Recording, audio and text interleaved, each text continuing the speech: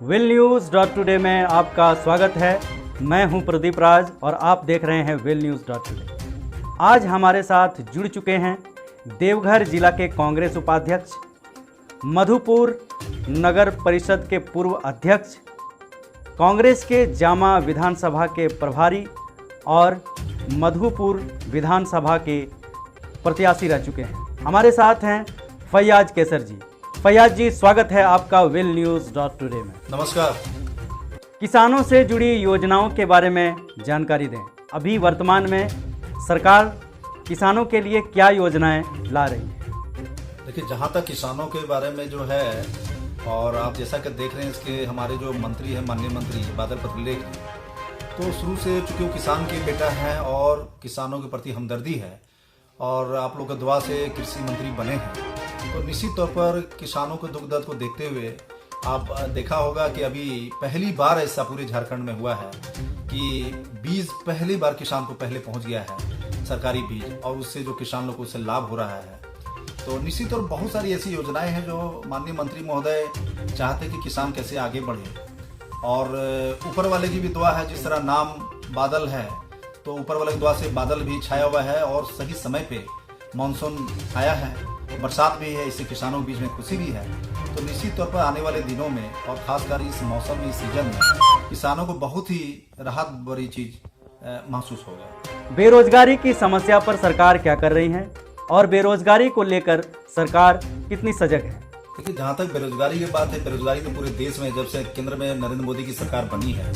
बेरोजगारी का भरमार हो गया है। और खासकर जब कोविड-19 जो कोरोना महामारी जो फैला है, इससे तो देश में बेरोजगारी और ज्यादा बढ़ गया है। पहले से देश में बेरोजगारी था।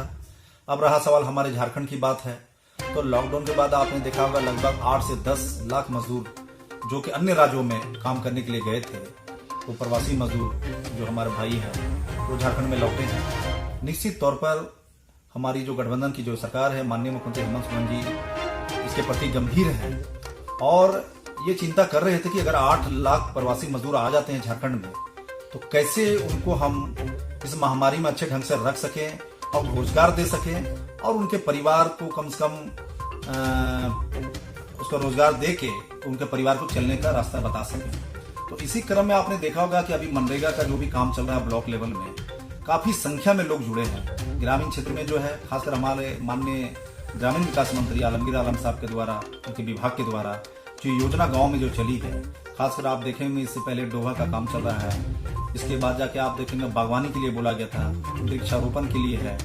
आपका जाके तालाब का भी काम चल रहा था, फ्रेंच कटिंग का भी था। काफी मात्रा में जो है प्रवासी मजदूर भाई और जो यहाँ के स्थानीय जो मजदूर हैं वो लोग काम में लगे हैं। इससे बहुत हद तक झारखंड में राहत है। और जिस तरह सरकार को और हम लोगों को चिंता कि इतनी बड़ी संख्या में आ जाएगी तो झारखंड में क्या होगा, लेकिन निश्चित तौर पर धीरे धीरे झारखंड में लॉकडाउन के लिए जो छूट दिया जा रहा है, तो ये बहुत ही सराहनीय कदम है और मैं बधाई देना चाहता हूँ माननीय हेमंत सोरेन जी को कि जिस तरह झारखंड में उन्होंने धीरे धीरे लॉकडाउन में छूट दिया है और बहुत ही सख्ती के साथ, बहुत ही मेहनत के साथ यहाँ पे कोरोना महामारी को फैलने से बचाने का जो काम किया है, झारखंड की जनता को नई जिंदगी देने का काम किया है, उसके लिए पहले मैं उनको धन्यवाद देना चाहता हूँ। बहुत ही सही समय पे सही निर्णय ले रहे हैं। अब कल ही आप देखे होंगे कि श्रावणी मेला के लेके जो चर्चा हुआ, कल माननीय हाईकोर्ट का जो आदेश पारित हुआ, तो हमारी सरकार बार बार ये कर रही थी कि किसी भी धर्म के प्रति आस्था है, लेकिन इस महामारी में करोड़ों की संख्या में जो हमारे यहाँ पे आते हैं बाबा बैद्यनाथ धाम में पूजा अर्चना करने के लिए, इससे निश्चित तौर पर महामारी फैलता, निश्चित तौर पर लोगों को परेशानी बढ़ता, बाहर के लोग यहाँ आते, एक दूसरे से सड़ते, एक दूसरे से संपर्क में आते और फिर एक भयावह स्थिति हो सकता था। इसलिए लगातार माननीय मुख्यमंत्री जी और हमारी सरकार ये कहते आई है कि हम लोग जरूर, सारे लोगों को आस्था है, मंदिर हो, मस्जिद हो, चर्च हो, बाइबल हो, सब पर, लेकिन अभी की परिस्थिति को देखते हुए हमारी सरकार नहीं चाह रही थी कि भीड़ भाड़ हो या हो, और माननीय उच्च न्यायालय भी, हाईकोर्ट भी ये निर्णय लिया, इन्हें बिल्कुल सही बात है और उन्होंने कहा है कि भाई अब ऑनलाइन के द्वारा ही जो भी है पूजा अर्चना किया जाए। तो निश्चित रूप से धन्यवाद के पात्र है माननीय मुख्यमंत्री महोदय, मैं कहना चाहूँगा। और बेरोजगारों के जहाँ तक की बात है, काम करने में बहुत ज़्यादा समस्या नहीं है और महिलाओं के लिए भी जो है काफ़ी रोजगार मुहैया करा रहा है। अभी सखी मंडल में आप देखे होंगे करीब करीब एक महिला ग्रुप को, जो 12-13 का महिला ग्रुप होता है सखी मंडल, हम उस दिन रांची में थे, माननीय मंत्री महोदय उसी दिन शुभारंभ कर रहे थे, आलमगीर आलम साहब, और करोड़ों रुपया उस दिन सखी मंडल में उसी दिन ऑनलाइन माननीय मुख्यमंत्री और आलमगीर साहब के द्वारा किया गया था। और अब तक कई करोड़ रुपया झारखंड के हमारी महिला बहनों को जो सखी मंडल के ग्रुप चलाती है 15,000 रुपये करके उनके खाते में अध्यक्ष जी कोषाध्यक्ष से नाम से जाना। तो निश्चित तौर पर महिलाओं को भी स्वावलंबी बनाने के लिए हमारी सरकार कटिबद्ध है और उस दिशा में काम कर रही है। लगभग 6 माह की सरकार की उपलब्धि बताएं। देखिए 6 माह तो देखने में लग रहा 6 माह है, लेकिन जैसा कि आप लोग जानते हैं कि कोरोना के लेके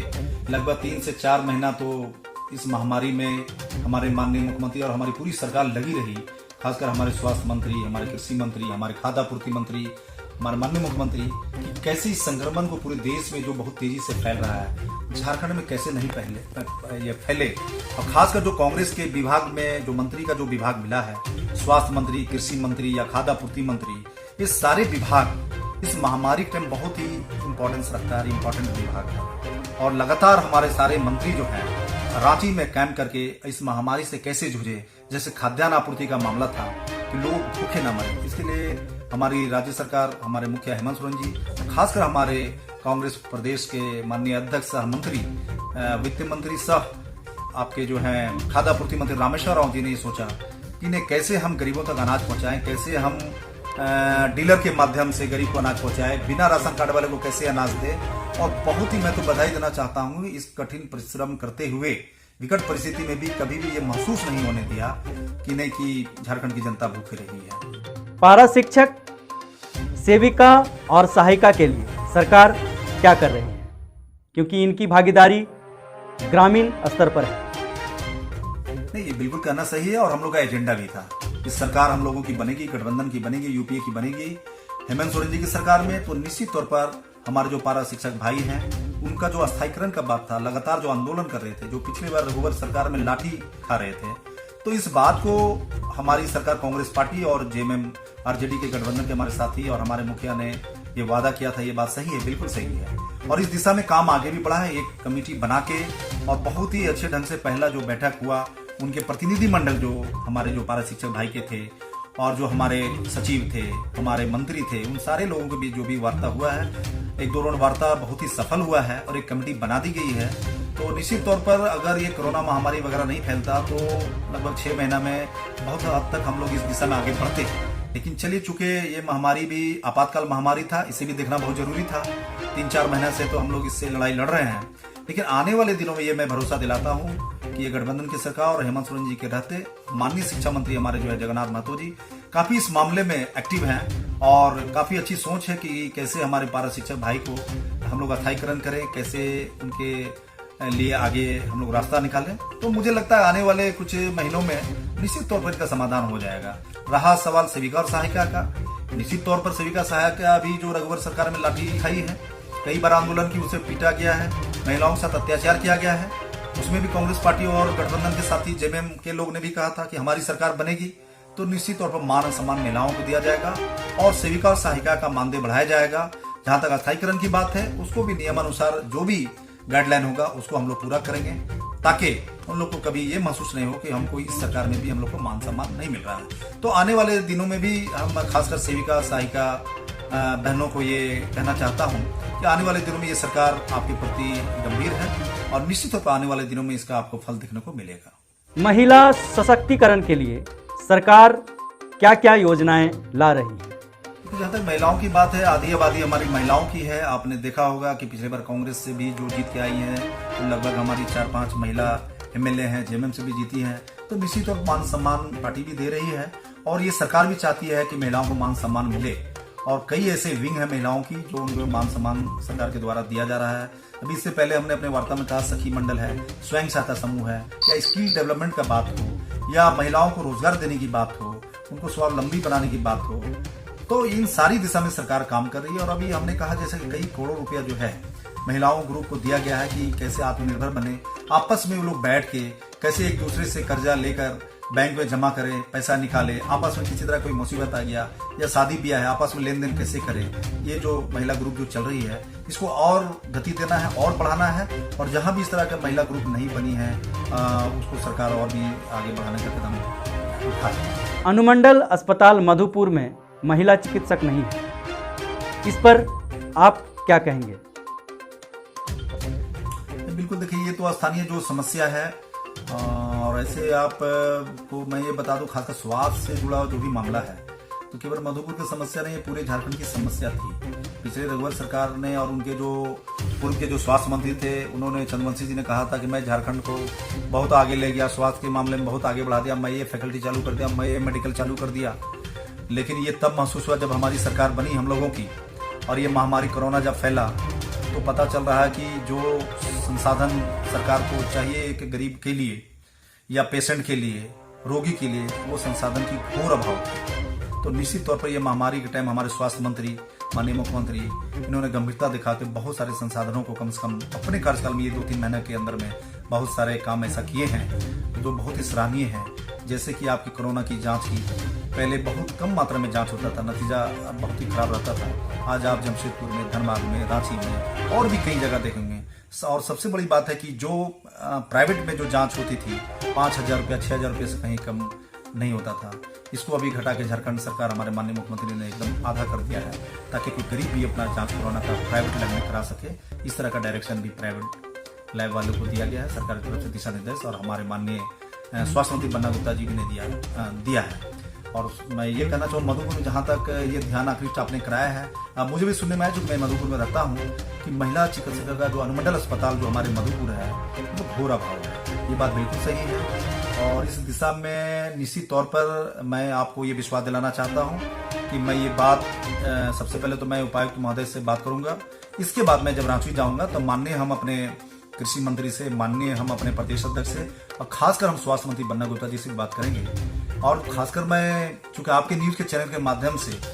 ये न्यूज जो लोग देखेंगे या जो भी हमारे पदाधिकारी है, खासकर उपायुक्त महोदय तक अगर ये हमारा न्यूज पहुंचता है, या स्वास्थ्य मंत्री तक, या जो भी मंत्री तक, इस न्यूज के माध्यम से मैं आग्रह भी करना चाहूंगा कि ये ज्वलंत समस्या है, और महिलाओं को सच में मधुपुर अनुमंडल अस्पताल में काफी परेशानियों का सामना करना पड़ रहा है। 50% आबादी है, महिलाओं की संख्या है, गर्भवती महिला जाती है, जांच कराती है। अगर महिला ही चिकित्सा ना रहे तो ये बहुत दुर्भाग्यपूर्ण है। ये तो एएनएम जो ट्रेंड है या एएनएम वगैरह मिलके काम कर देती है, तो ये अलग बात है। लेकिन निश्चित तौर पर है, हम इस संबंध में यहाँ के जो प्रभारी हैं मरांडी साहब हैं, उनसे भी बात करूंगा कि यहाँ पोस्टिंग कितनी महिला डॉक्टर का है और अभी कितने हैं यहाँ पे। एक लिस्ट लेके मैं निश्चित ये बात को आपके माध्यम से मैं जरूर बताना चाहता हूँ कि ये हम स्थानीय मंत्री को नॉलेज में डालेंगे, जानकारी में,